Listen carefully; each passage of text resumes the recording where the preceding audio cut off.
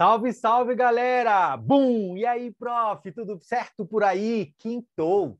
Hoje é dia do Quintou Pedagógico. E, já preciso te avisar que essa nossa aula não é ao vivo, porque hoje é dia do meu aniversário. Mas como eu tinha prometido que diariamente você vai ter conteúdo de qualidade aqui no nosso canal Professor Concursado, eu resolvi gravar com muito carinho essa aula que promete ser daquelas, um conteúdo muito importante sobre um pensador muito importante que é muito cobrado em concursos públicos da área de educação, o grande filósofo americano John Dewey. Então, por que ele é tão cobrado? Qual a importância dele para concursos públicos hoje no Brasil?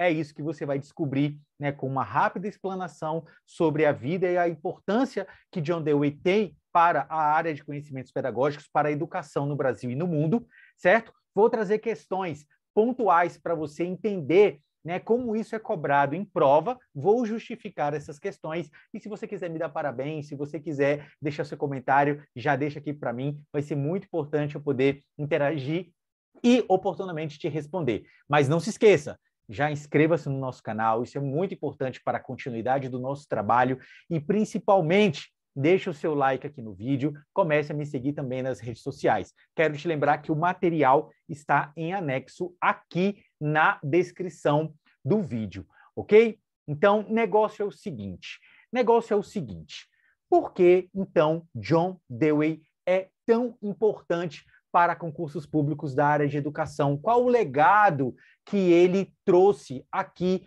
para os conhecimentos pedagógicos, né, para a educação no Brasil? Então, eu quero falar rapidamente para você algumas rápidas conceituações para que a gente possa, de fato, mergulhar no nosso assunto e responder questões muito importantes. Então, veja, a parte de tendências pedagógicas, ela é amplamente cobrada em concursos públicos da área de educação.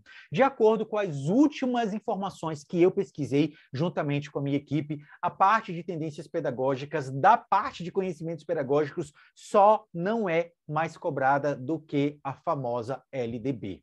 Então, se você for colocar um ranking de assuntos mais importantes da área de conhecimentos pedagógicos que você tem que estudar, você vai começar o seu ranking pela Lei de Diretrizes e Bases da Educação e depois a parte de tendências pedagógicas, que se mistura, que se divide em vários autores, vários pensamentos, várias teorias, e John Dewey está entre os pensadores mais cobrados, juntamente com Vygotsky, juntamente com Vallon, juntamente aí com Paulo Freire e outros importantes pensadores do Brasil e do mundo. Então, para você parar, é essa a nossa função. Quer parar de perder tempo estudando o que não cai?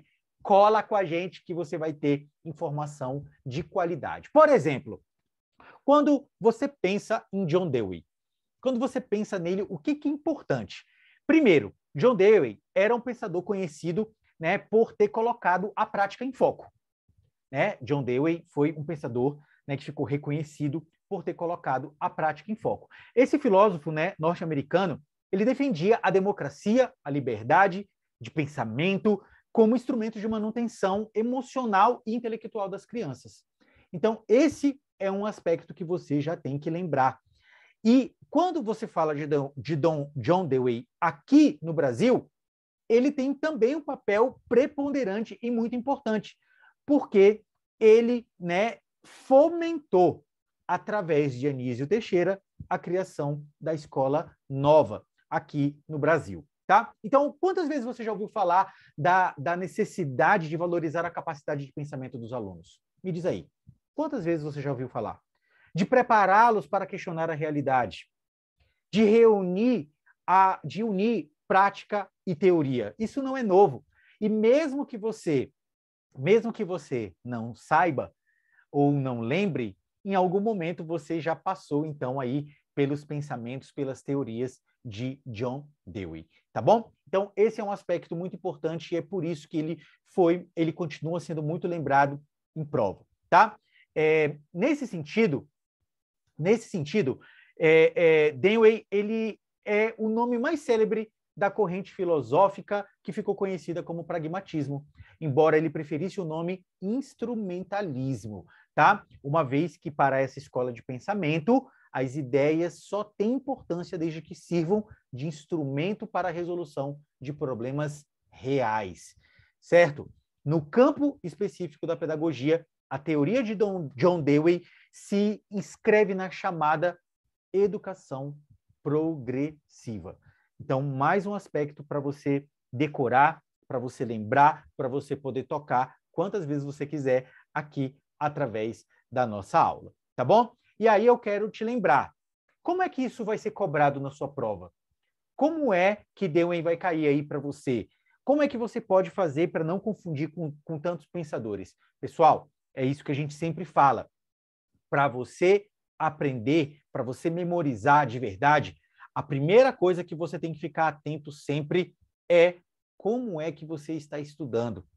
Eu vou metralhar informações aqui para você de Dewey, que é um pensador extremamente importante, mas cabe a você verificar a forma como você está estudando para não confundir essas informações com outros pensadores, tá bom? Então, eu queria falar aqui rapidamente para você sobre o estilo, né, sobre o estímulo à cooperação, tá? Sobre o estímulo à cooperação de John Dewey. Influenciado pelo empirismo, Dewey criou a escola laboratório ligada à universidade onde ele lecionava para testar esses métodos pedagógicos. Ele insistia na necessidade de estreitar a relação entre a teoria e prática, pois acreditava que as hipóteses teóricas só têm sentido no dia a dia.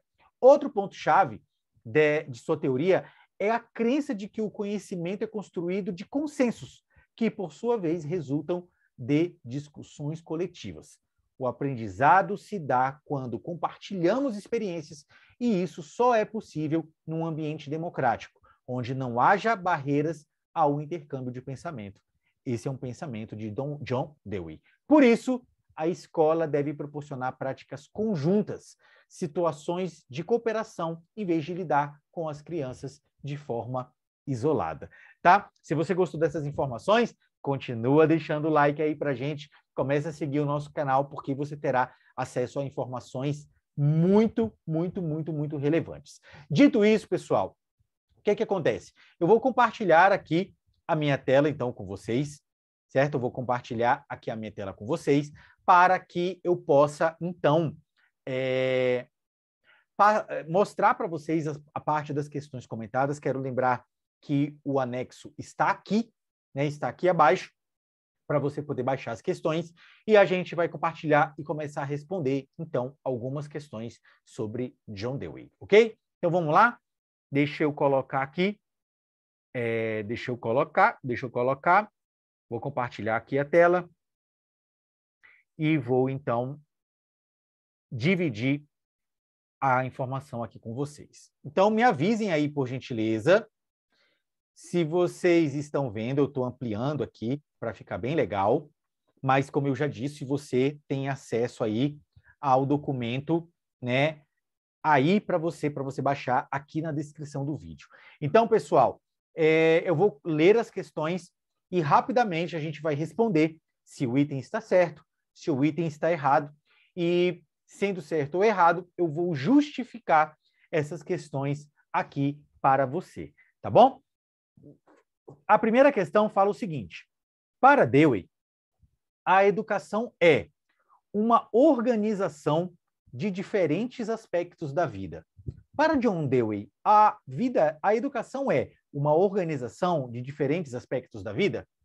E aí, o que você acha? Galera, o item está verdadeiro. Então, pode tacar certo aí na questão, se fosse uma questão, né, do SESC, por exemplo, que adora itens certos ou errados. Então, o item aí está certo. E eu quero que você faça, então, a sua anotação. O porquê que esse item está correto, pessoal. Seguinte, para Dewey, e inclusive usando uma frase que ele mesmo disse, a escola não é uma preparação para a vida, é a própria vida. Fica claro que a escola defendida por Dewey é aquela que alia o que está além dos limites da escola. E isso, então, justifica o porquê que esse item está verdadeiro. Tá bom? Então, vai deixando o comentário, me fala se você acertou essa questão, porque esse assunto é um dos aspectos, né, mais cobrados em provas, por isso que eu deixei essa questão aí logo a número 1, porque, de fato, é uma questão muito cobrada, é um aspecto de John Dewey muito cobrado em concursos da área de educação. Vem comigo, continua aqui comigo. Questão número 2 fala para a gente o seguinte. O pensador norte-americano John Dewey alicerça seus estudos sobre a educação em uma arte que se fundamenta em conhecimentos científicos precisos. E aí, galera, essa questão número 2 está certa ou está errada? Talvez, já pela minha interpretação aí da questão, já tenha ficado claro que o item está errado, pessoal, errado. E a justificativa do item é a seguinte. Para Dewey, a educação necessita ser vista onde a escola é um grande laboratório de pesquisa e experiência, e não conhecimentos prontos e acabados. Então, quando ali ele fala em uma arte que se fundamenta em conhecimentos científicos precisos, não tem nada de preciso, não tem nada de pronto. A escola vai desenvolver, os alunos vão encontrar as respostas, muita coisa vai ser desenvolvida, debatida e outras funcionalidades, outros aspectos, outras respostas serão encontradas no cotidiano, tá? No convívio escolar. Então, é por isso que o item aí, de acordo com o pensamento de John Dewey, o item aí ficou errado, tá bom? Então, vem comigo, questão número 3. Vários pesquisadores dedicaram-se a investigar os fundamentos do processo de aprendizagem. Um desses pesquisadores identificou processos ativos de experiência vital. Um desses foi o pesquisador John Dewey. E aí? E aí? Será que John Dewey está, de fato, inserido nesse campo de pesquisadores que se dedicaram a investigar os fundamentos do processo de aprendizagem? Galera, errado. Galera, certo. E aí, o item está certo ou está errado? Pessoal, correto. Correto, então já marca aí na sua questão que o item está correto. Olha só, John, ao lado de nada mais, nada menos que Maria Montessori, defendiam que a sala de aula e as metodologias de ensino deveriam ser ativas, previamente preparadas para provocar no aluno uma real experiência de suas situações de vida, tá? Então, a justificativa da questão número 3 é verdadeira. O item está certo e John Dewey, juntamente com outros nomes, entre eles Maria Montessori, realmente defendia, tá, que a sala de aula e as metodologias de ensino devem ser ativas para trazer um estímulo, para trazer realmente outras sensações aí para os alunos, ok? Continuando, questão número 4 diz o seguinte: a tendência pedagógica que mais enfatizou uma educação ativa e sensorial, especialmente para a pré-escola, foi a pedagogia com base em Maria Montessori. A autora defendia salas motivadoras e estimulantes, o que também podemos ver nas propostas de John Dewey. Pessoal, é o seguinte, uma dica aqui importante. Maria Montessori e John Dewey tinham ali várias linhas de pensamento bem parecidas. Não significa que eles vão concordar ou que eles, sempre que um relacionar o outro, vai estar sempre igual. Mas é uma dica para você ficar atento, como é o caso dessa questão número 4 e foi também o caso da questão número 3, que está também correta. Olha só, o item relata exatamente o que os dois autores colocam em suas teorias. Dewey defendia salas ambientadas e também todo o espaço escolar como estímulo às vivências das experiências do cotidiano, tá? Então, presta muita atenção para você não ficar aí viajando, tá bom? Vamos em frente. Questão aí, vamos aí à questão número 4, né, pessoal? Então, deixa eu só dar uma olhadinha aqui. Ó, nós temos aqui de brinde. duas questões número 4, tá bom? Então, a gente vai conversar aí pela primeira questão número 4. A tendência pedagógica que mais enfatizou uma educação ativa e sensorial, especialmente para a pré-escola, foi a pedagogia com base em Maria Montessori, né? A autora defendia salas motivadoras e estimulantes. Ah, pessoal, essa aqui eu já respondi, né? Vamos para a terceira questão aí, a segunda questão número 4, tá? Me desculpem. A abordagem, então, vou colocar aqui, ó, pessoal. Essa questão aqui, número 4. A abordagem cognitivista considera que a aprendizagem é mais do que um produto do ambiente, das pessoas ou de fatores externos ao aluno. Enfatiza a capacidade do aluno de integrar informações e processá-las. Os principais representantes dessa abordagem são John Dewey e Carl Rogers. E aí, pessoal, o item está certo. O item está certo. Pode colocar aí uma questão conceito perfeitinha, o conceito da questão. Então, vem descobrir aqui comigo agora o porquê que esse item número 4 está correto.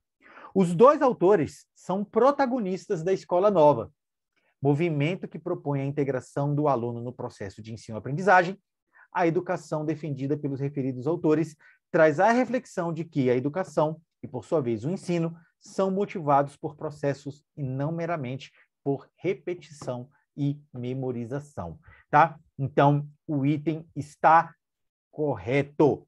Questão número 4, a segunda questão número 4 está correta. Sem perda de tempo, vem comigo. Questão número 5 diz o seguinte: o cognitivismo entende a aprendizagem como fim e não como meio. Reforça que o aluno deve primordialmente reter as informações e reproduzi-las. São defensores dessa abordagem Freinet e Montessori. Você está vendo como é impossível você falar de um autor? Olha o que eu vou falar agora para você. Quando você estuda tendências pedagógicas, quando você começa a mergulhar no mundo dos autores, quando você começa a falar de John Dewey, de Freinet, de Maria Montessori, de Carl Rogers, quando você vai em Paulo Freire, fala de Anísio Teixeira, quando você vai em Libânio e Vygotsky, é impossível você trabalhar apenas um pensador sem, em vários momentos, trazer outros pensadores para a conversa. Por quê? Porque eles se influenciaram. Um inspirou o outro. Eles estão interligados com linhas de raciocínio muito semelhantes e, ao mesmo tempo, dependendo do pensador, totalmente ambíguos, totalmente diferentes. Então, para o estudo dos pensadores, uma excelente estratégia é o estudo através de mapas mentais. Os mapas mentais são estratégias de estudo que funcionam para uma grande maioria de alunos que estão aí focando e querendo memorizar, querendo realmente reter determinada informação.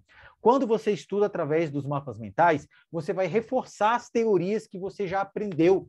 Vai ficar gravado vai ficar gravado na sua cabeça que determinado pensador tem essa linha, que o outro pensador tem outra linha. E, naturalmente, você vai também conseguir perceber quando é que eles convergem para a mesma linha de pensamento. Então, uma dica de ouro para estudar a parte de tendências pedagógicas. Aprofunde nas diferenças e, naturalmente, nas semelhanças que existem entre os pensadores. Passe a construir os seus próprios mapas mentais com essas semelhanças e diferenças. Estude através das questões, porque quando você fizer esse processo, isso vai ficar mais sedimentado, vai ficar mais memorizado e você vai ver o mapa mental na sua cabeça que vai vir a informação que vai te ajudar a responder e acertar aquele item que vai ser muito importante para você, tá bom? Então fica ligado nisso e continuando aqui, vamos aqui para a questão número 5, né? Que eu já tinha lido aqui para você. Então, olha só, ela fala, né? São defensores da abordagem aí, Freinet e Montessori. Pessoal, o item está errado, tá? O item está errado. E o porquê que o item está errado? Olha só, Montessori é uma das representantes da Escola Nova, ao lado de John Dewey. Freinet não é representante desse pensamento, tá? O que coloca a questão em completo desacordo, acompanhada do erro de que a afirmação apresenta moldes tecnicistas. Então, muito cuidado, questão de prova, tá? De certo ou errado aqui para você não confundir. Então, a questão 5 está errada. A questão 5 aqui está errada. Vem comigo, vamos avançar. Agora é hora de olhar aqui o item número 6. Fala para a gente o seguinte: acerca da história da educação, julguem o item que se segue. A luta de John Dewey, eu acho que eu vou começar a falar apenas Dewey, tá? A questão número 6. A luta de Dewey contra o analfabetismo tornou o mais iminente defensor da educação libertária, sendo também tal luta representada por Skinner. Nada mais, nada menos do que Skinner. E aí, pessoal? Certo ou errado? O erro da questão foi mencionar Skinner, tá? Porque Skinner não é representante da educação libertária.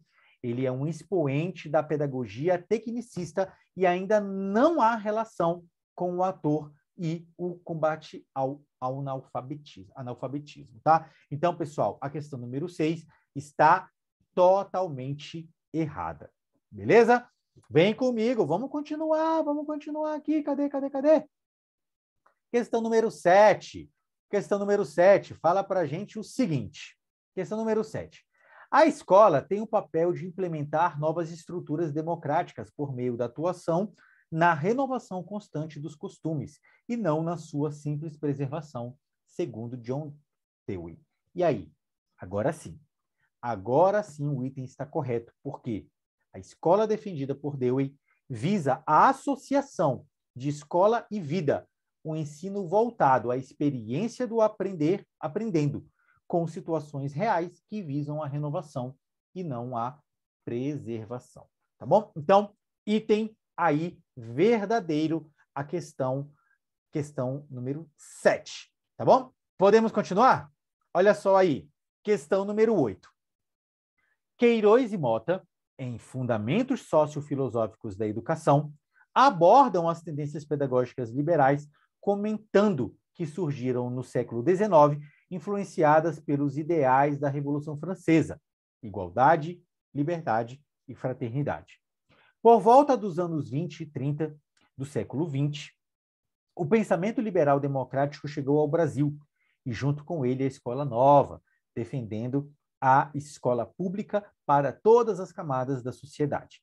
Dewey é um dos representantes dessa corrente de pensamento, defendendo ao lado de Montessori uma sala de aula de alunos protagonistas. Pessoal, lindo o texto, juntamente aqui encabeçado por Anísio Teixeira. John Dewey, sim, foi um fomentador da Escola Nova e que foi ampliado pelo Brasil. É exatamente essa prática que é defendida. Então, o item está correto. A Escola Nova propõe a mudança nos rumos da educação tradicional, intelectualista e livresca, tá bom? Então, item aí, número 8, totalmente correto. Beleza? Vem contigo, vem comigo, vem com o tio. Olha só o que fala a questão número 9. Para Dewey, a educação é uma organização de diferentes aspectos da vida que se fundamenta em conhecimentos científicos precisos, conduzidos por um método fundamental de reeducação, uma forma de disciplinar as crianças, uma constante reorganização ou reconstrução da experiência. E aí, você, futuro professor concursado, qual o gabarito aí da questão número 9? Errado, tá, pessoal? O gabarito da questão número 9, tá? Estou até lendo aqui para poder justificar para você, né? Ó, John Dewey, para a educação para Dewey, uma organização de diferentes aspectos da vida que se fundamenta em conhecimentos científicos precisos, conduzidos por um método fundamental de reeducação, uma forma de disciplinar as crianças, uma constante reorganização. Pessoal, não.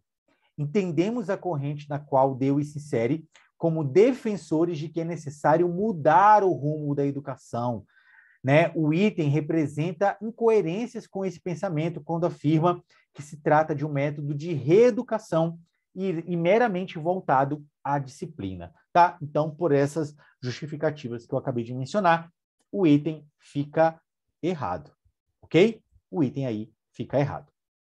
Questão número 11.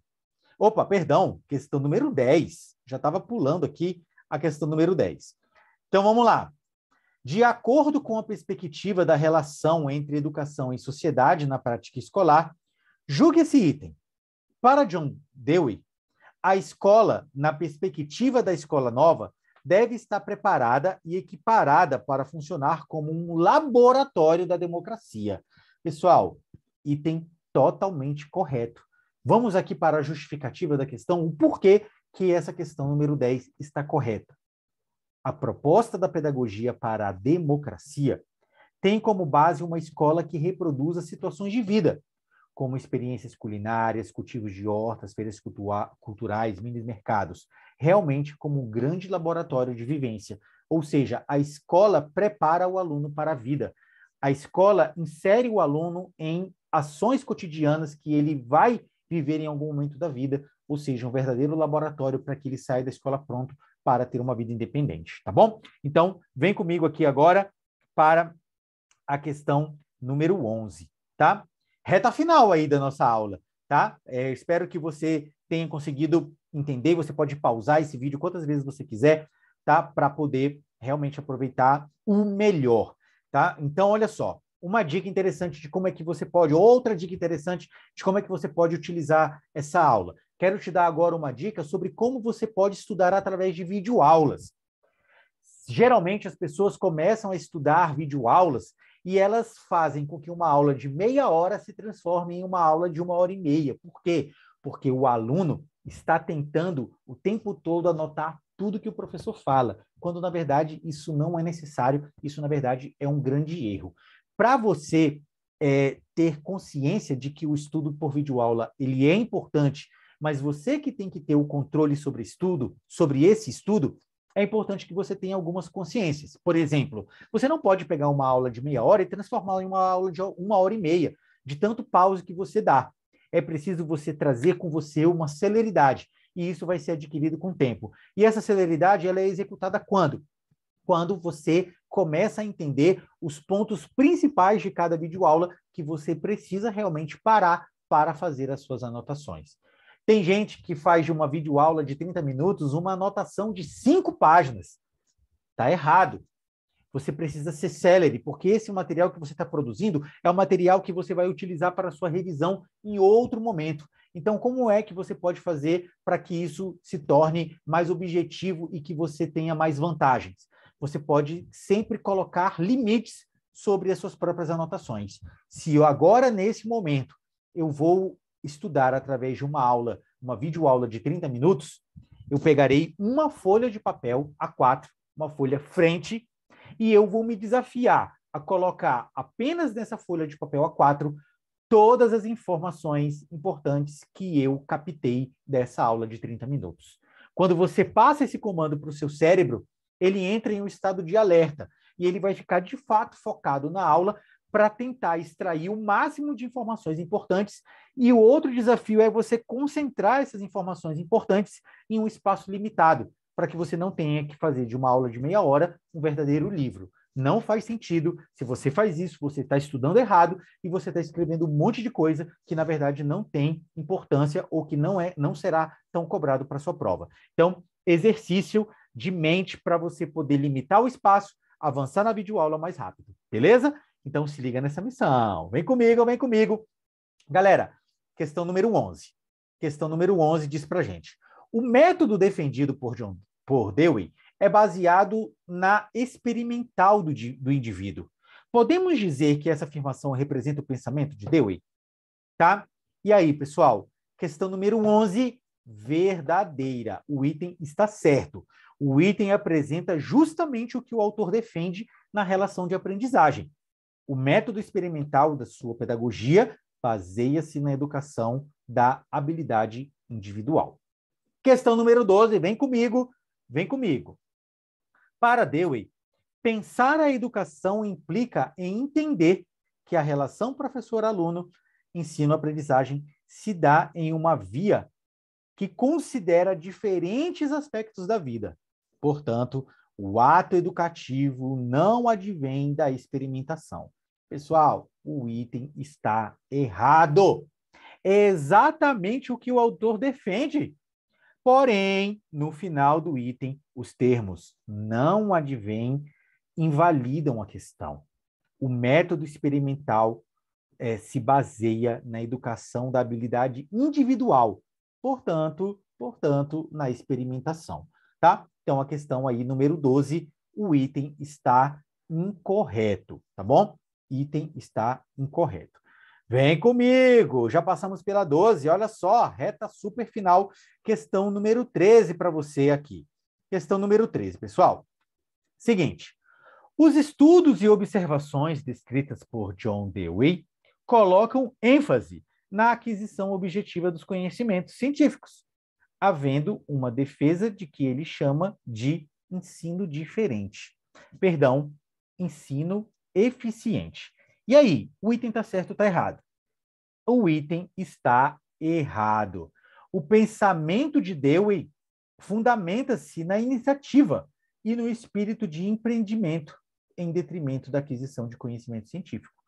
Logo, somos seres coletivos muito mais que científicos. Não se nega a ciência, mas coloca-se o processo mais complexo do que meramente eficiente. Tá bom?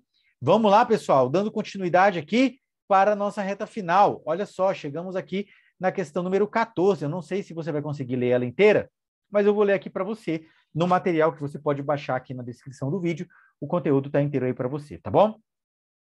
Tanto nas escolas liberais, em todas as suas representações, quanto na escola libertária, são defensoras dos mesmos aspectos pedagógicos. Portanto, podemos afirmar que Dewey é um dos seus representantes. Pessoal, errado o item. Esse item tenta conduzir você ao erro, por saber que as escolas novas liberais são comumente confundidas ou relacionadas à escola libertária progressista. Pois em suas descrições de características apresentam, em alguns aspectos, similaridades. Porém, não há qualquer relação de John com a escola libertária, tá? John, pessoal, tem relação com a escola nova. E, por fim, a questão número 15, que diz o seguinte: o pensamento liberal democrático tem suas manifestações em nosso país, com a difusão dos ideais da escola nova na defesa da escola pública para todos, escola laica, entre outros. Esses manifestantes podem ser historicamente também chamadas de movimento escalonovista, difundidas por Dewey nos Estados Unidos e no Brasil por Anísio Teixeira. Escola novista. O item está correto. Surgiram no século XIX, influenciadas pelos ideais da Revolução Francesa, igualdade, liberdade e fraternidade. Por volta dos anos 20 e 30 do século XX, o pensamento liberal democrático ganha outros países, inclusive o Brasil, aqui, como a gente já falou, com Anísio Teixeira, tá bom? Então, pessoal, o item aí, bonitinho, tudo correto, tá? Então, esse item aí, número 15, está correto. Galera, chegamos ao fim, então, de mais esse Quintou Pedagógico. Eu espero que você tenha gostado. Baixe o material aqui abaixo e espero que os comentários também ajudem você a memorizar, a aprender e a evoluir para que você possa conquistar a sua tão sonhada aprovação. Vou ficando por aqui e espero te encontrar em breve em todos os nossos canais aqui no YouTube e também no nosso canal do Instagram, no nosso perfil, @professor concursado. Um forte abraço, fiquem com Deus e até a próxima. Tchau, tchau.